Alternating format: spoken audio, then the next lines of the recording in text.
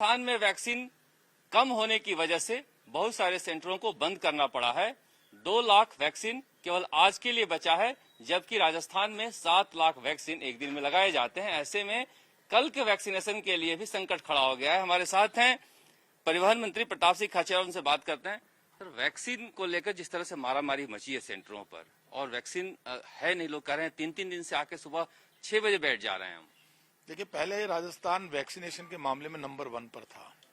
अब तो स्थिति ये कर दी कि केंद्र सरकार वैक्सीन दे ही नहीं रही है। पहले ये कहा गया है कि 18 से 45 वर्ष तक के जो नौजवान हैं उनकी वैक्सीन फ्री में नहीं देंगे। हम सब लोग यही डिमांड करते रहे, सरकार, मुख्यमंत्री सब ये कहते रहे कि हाथ जोड़कर विनती है, आप फ्री वैक्सीन पूरे देश में कीजिए, क्योंकि फ्री वैक्सीनेशन आज तक भारत सरकार करती आई है। अचानक बोली नहीं पैसे देने पड़ेंगे, तो पैसे जमा करा दिए, अब वैक्सीन देने को तैयार नहीं है। पूरी दुनिया जानती है, पूरा देश देख रहा है, जिनके 2 डोज लग गई। उदाहरण है चीफ मिनिस्टर अशोक गहलोत, जिनके 2 डोज लगी हुई है, कोरोना पॉजिटिव है, पूरा काम कर रहे हैं, सबके सामने आ रहे हैं, लगातार मीटिंगें ले रहे हैं। मनमोहन सिंह जी ठीक होकर आ गए। 2 डोज वैक्सीन की जिनको लग गई वो बचे हुए हैं। भारत सरकार को शर्म नहीं आती? 6.5 करोड़ वैक्सीन आप बाहर भेज देते हैं और इधर उधर की बात करते हैं। बाहर भेजने का वो कह रहे हैं कि हमारे कुछ लायबिलिटी थे, कुछ ऐड थे जो भेजने पड़ते हैं। देखिए, एक बात आप समझिए, इनके जो प्रवक्ता हैं जो ज्यादा बोलते हैं, मिस्टर संबित पात्रा, उनके लिए तो एक चर्चा होगी पूरे देश में, वो झूठ के जनरेटर हैं। झूठ बोलने में और सारे आंकड़ों को तोड़ मरोड़ कर पेश करने में उनको मजा आता है। दुनिया जानती है, जब पूरी दुनिया में पेट्रोल डीजल सस्ता हो रहा है तो यहाँ महंगा हो रहा है। उस पर भी इनके पास तर्क है।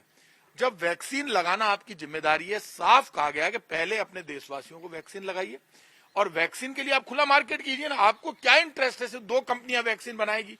पहले दिन आप खुला कर देते मार्केट, सब बनाइए, सब बेचिए। जब खुला मार्केट हो, 150 करोड़ के मुल्क में 130 करोड़ से ज्यादा आबादी है, वहां पर आप कह रहे हैं 2 कंपनियां वैक्सीन बनाएगी, फिर आप 6.5 करोड़ बाहर भेज देंगे। चुनाव आप रोकेंगे नहीं, मनमानी आप पूरी करेंगे। केंद्र सरकार 1 रुपया राज्यों को देगी नहीं, वैक्सीन का पैसा राज्य सरकारों को उठाना पड़ेगा। आखिर ये राज्य जो प्रधानमंत्री कोष में पैसा पड़ा है, जो केंद्र सरकार के पास पैसा है, जो पेट्रोल डीजल की एक्साइज ड्यूटी से आपने लाखों करोड़ रुपए इकट्ठा कर लिया, कब खर्च करोगे? लाशों के ढेर लग रहे हैं भाई साहब, और हालात इतने खराब कर दिए राजस्थान के साथ। तो मैं आज कह रहा हूं, मैं मंत्री पद से इस्तीफा दे दूंगा। आप उस टैली को आज तक वाले देख ले कि कल जो वापस ऑक्सीजन बांटी है, मैं नहीं कह रहा, मैं आपको खबर दे रहा हूं भास्कर की, मैं आपको खबर दे रहा हूं दूसरे अखबारों की। गुजरात में 10 मरीज है मान लो, एमपी में, यूपी में, जितने उनको दिया उतनी ऑक्सीजन तो हमको दोगे? ऑक्सीजन तो बराबर बांटोगे। जितने मरीज आ रहे तो मरीज के हिसाब से ऑक्सीजन बांटिए, ईमानदार रहिए। दिक्कत ये, लाशों के ढेर लग रहे हैं, सांसें टूट रही है, लोग मर रहे हैं, लेकिन फिर भी केंद्र सरकार राजनीति से बाज नहीं आ रही। ये वक्त कांग्रेस बीजेपी में लड़ने का नहीं है। ये सब, यदि कोई विपक्ष का नेता, यदि कोई भी नेता, यदि कोई भी डॉक्टर, साइंटिस्ट, आम आदमी कोई बात कर रहा है, कहीं से दर्द की, रोने की, चिल्लाने की आवाज आ रही है, आवाज को सुनना पड़ेगा, आपकी जिम्मेदारी है। कांग्रेस के तरफ से कोई आवाज आ जाए, या आम आदमी कोई आवाज उठा दे, या कोई और पार्टी का नेता उठा दे, या कोई विपक्ष, और उसके ऊपर ऐसा हंगामा हो जाता है कि मनमोहन सिंह जी पत्र लिखते हैं, तो उसका जवाब तो प्रधानमंत्री जी की तरफ से आना चाहिए था। वो भी 10 साल प्रधानमंत्री रहे, अब तो आप तो करोगे 10 साल। उनका जवाब हर्षवर्धन जी दे रहे हैं। अरे आप कम से कम, एक व्यक्ति कोई बात कर रहा है, कोई दर्द है, जिसके घर में मरता है ना भाई साहब, उस दर्द का हिसाब वो जानता है। और मौत लगातार हो रही है, आपकी तरफ से ऐसा कोई वार्ड लेवल पे काम नहीं हो रहा। आपने ऑक्सीजन मैनेजमेंट अपने हाथ में ले लिया, रेमडेसिविर का इंजेक्शन का मैनेजमेंट अपने हाथ में ले लिया। आप ईमानदारी से सब राज्यों में बांटिए, जहां जितने मरीज, हमसे ज्यादा कहीं आ रहे तो वहां दीजिए। अभी वैक्सीनेशन की सब कह रहे हैं, वैक्सीनेशन से ही बच सकते हैं। दुनिया में वैक्सीनेशन को लेकर अब तक तो बुकिंग हो चुकी होती। केंद्र सरकार ने क्या किया? मार्केट खोल देती, खुला मार्केट। यदि किसी को पैसे, कंपनियां आती, प्राइवेट में लगवाती, राजस्थान सरकार फ्री में लगाएगी, भारत सरकार फ्री में लगाती, सब कुछ। ये पैसा कब काम आएगा? जब लोग मर जाएंगे तब।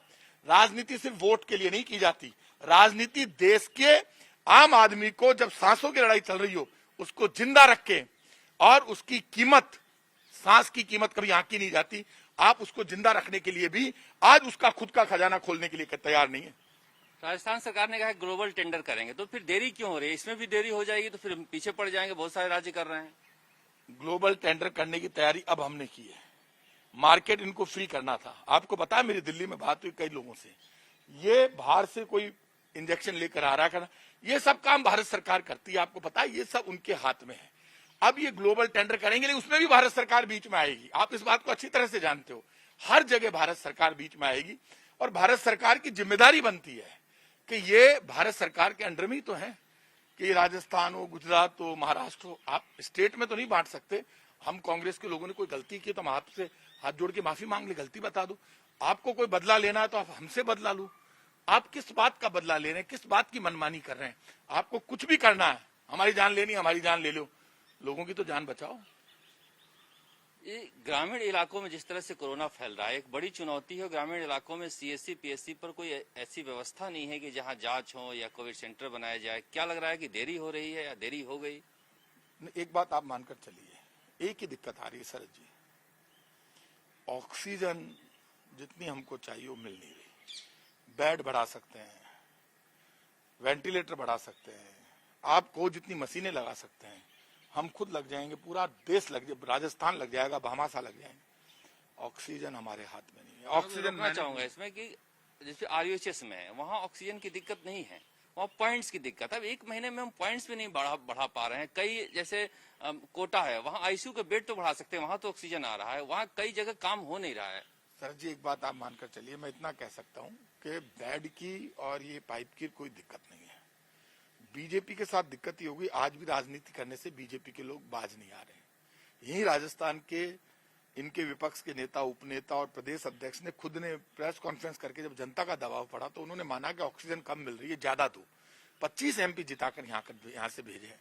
कहाँ है सांसद? मैं रोज अस्पतालों में जाता हूँ, कोरोना मरीजों से मिलता हूँ। पहले मेरे कोरोना हो चुका है और मेरी मौत आनी होगी तो मैं रोक नहीं सकता मेरी मौत को, और जिंदगी मेरे पास रहेगी। यदि मुझे जिंदा रहना है तो मैं रहूंगा। तो क्यों नहीं निकल रहे? आपके जैसे बाकी एमएलए क्यों नहीं निकल रहे हैं? देखिए ऐसा है कि मैं इतना कह सकता हूं कि सब एमएलए को अब वक्त आ गया जब सड़क पर निकलना पड़ेगा। और सबको वॉर लेवल पे, जब वॉर शुरू होता है शरद जी, युद्ध शुरू होता है तो राजा खुद लड़ता है। अब ना कोई प्रधानमंत्री, ना मुख्यमंत्री, ना मंत्री, ना एमएलए, अब हम सबको मैदान में उतर कर देखना पड़ेगा और जो योजना बने उसका इंप्लीमेंटेशन भी होना चाहिए। और वो तरीका आपने सीएससी पीएससी का नाम लिया है। अब नीचे स्तर पर हमें कोविड सेंटर बनाने पड़ेंगे। कंसंट्रेटर हमने मंगाने शुरू कर दिए, जगह जगह लेवल पे जनता भी मंगा रही है। अब कंसंट्रेटर से भी लोगों की जान बच रही है। अब कंसंट्रेटर राजस्थान में भी आने लगे, सरकार भी मंगा रही है। लेकिन मैं इतना केंद्र सरकार से कहूंगा, हाथ जोड़कर विनती करूंगा, लाशों के ढेर लग रहे हैं, सांसों की कीमत सांसों को बचाने के लिए ऑक्सीजन दो। और अब केंद्र सरकार पूरा खजाना खोले, पूरे देश को बचाने की सबसे बड़ी जिम्मेदारी केंद्र सरकार की है और जिम्मेदारी से मोदी जी बच नहीं सकते। राजस्थान सरकार का कहना है कि ऑक्सीजन और वैक्सीन दो की जरूरत है प्रदेश में, और दोनों केंद्र सरकार के तरफ से पूरी तरह से सहायता मिल नहीं रही है, जिसकी वजह से लोग राजस्थान में परेशान हो रहे हैं। कैमरामैन चेतन के साथ शरद कुमार, जयपुर।